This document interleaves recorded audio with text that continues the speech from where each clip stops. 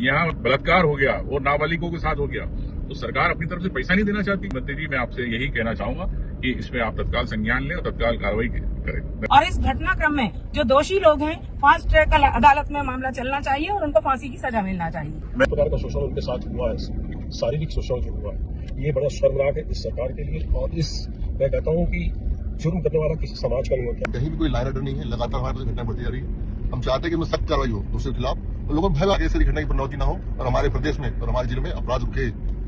की मानसिकता क्यों निर्मित होती है, क्यों भय नहीं है सरकार का। हम ये चाहते हैं कि कड़ी कार्रवाई हो, सरकार अपना उदाहरण प्रस्तुत करे कि इतनी बड़ी घटना घट गई और प्रदेश के मुखिया माननीय मुख्यमंत्री जी, जिले के प्रभारी मंत्री जी और कोई भी भारतीय जनता पार्टी के नेता का इस विषय को लेकर कोई भी बयान नहीं आया है। दूरस्थ आदिवासी क्षेत्र दुगलई से मैं निकला हूँ और मेरे साथ हैं अनुमा मुंजारे जी, बालाघाट विधायक, पूर्व विधायक हिना कावरे जी हैं लांजी की, और हमारे विक्की पटेल जी हैं बारा सिमरी के विधायक, और ये मधु भगत जी हैं हमारे परसवाड़ा के विधायक। जिस प्रकार से आप देख रहे हो ये जंगल का एरिया पूरा, और ये घटना इस जंगल के इर्द गिर्द हुई। एक शादी में जब जा रहे था एक परिवार, आदिवासी परिवार, और किस प्रकार से एक नाबालिग बच्चियों के साथ घटना घटी, रेप की, बड़ी दुखद है। किसी भी समाज में अगर इस प्रकार की घटना होती तो समाज कभी, देश में कई कानून बने, लेकिन फिर भी ऐसा लगता है कि आज भी कई ऐसी घटनाएं न्याय की जरूरत है। देश में सबसे बड़ा निर्भया हत्याकांड हुआ, उसके बाद कई कानून बने। वो मैं समझता हूं कि सरकार इस बात को लेकर बड़ी गंभीरता से लेगी। मैं यहाँ के बालाघाट की विधायिका अनुमा मुंजारे जी से जानना चाहूंगा कि आपके क्या विचार है। ये बहुत ही गंभीर घटना घटित हुई है बालाघाट जिले के एक दूरस्थ ग्राम में। आदिवासी समाज की 4 बालिकाओं के साथ सामूहिक बलात्कार की घटना घटित हुई है। इससे पूरा मध्य प्रदेश शर्मसार हुआ है। महिला जाति के लिए बहुत दुखद बात हुई है। ये मध्य प्रदेश की डॉक्टर मोहन यादव की सरकार बड़ी बड़ी बातें करती है और दूसरी तरफ आदिवासी समाज की हमारी बेटियों के साथ सरेराह सामूहिक बलात्कार को अंजाम दिया जाता है। तो मैं यही कहना चाहती हूँ कि सरकार को दूरस्थ इलाकों में रहने वाले हमारे आदिवासी अंचल के भाई बहनों की सुरक्षा पर विशेष ध्यान देना चाहिए, क्षेत्र के विकास की तरफ ध्यान देना चाहिए, और इस घटनाक्रम में जो दोषी लोग हैं, फास्ट ट्रैक अदालत में मामला चलना चाहिए और उनको फांसी की सजा मिलना चाहिए। मेरे साथ पूर्व विधायिका लांजी की हिना बहन भी है, कावरे जी, इनसे भी मैं क्या चाहती है। मैं तो यही कहना चाहती हूँ सरकार से कि ये सरकार जो बड़े बड़े कानून बनाती है, उस कानून का भय अपराधियों पर क्यों नहीं हो पाता है। ऐसा क्या है, फांसी की सजा का प्रावधान है, लेकिन इन सब चीजों का डर लोगों के मन में क्यों नहीं है।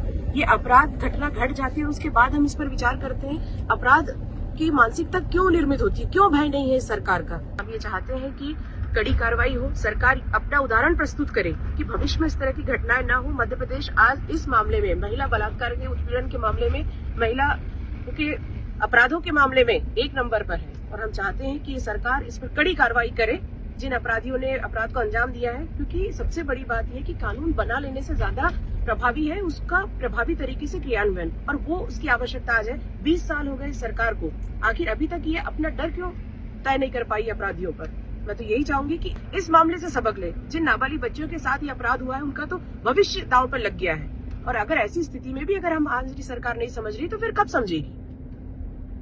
धन्यवाद हिना जी। मैं विक्की जी से कहूंगा कि आप भी क्या चाहते हैं इस घटना को लेकर कार्रवाई। अभी हम पीड़ित परिवार से मिलकर आ रहे हैं, वहाँ भय का और आक्रोश का माहौल है, जबकि भय होना चाहिए अपराधियों में, पर पीड़ित परिवार और पूरे गांव में भय का माहौल है। लगातार हमारा प्रदेश महिला उत्पीड़न में और बलात्कार की घटना में नंबर 1 पे है। कहीं भी कोई लाइन ऑर्डर नहीं है, लगातार हमारे प्रदेश घटनाएं बढ़ती जा रही है। हम चाहते हैं कि इसमें सख्त कार्रवाई हो दोषियों के खिलाफ, और लोगों में भय आगे से घटना की पुनरावृत्ति न हो और हमारे प्रदेश में और हमारे जिले में अपराध रुके और अपराधियों में डर व्याप्त हो। ये चाहते हैं। साथियों, मधु भगत जी भी है और परसवाड़ा के विधायक हैं।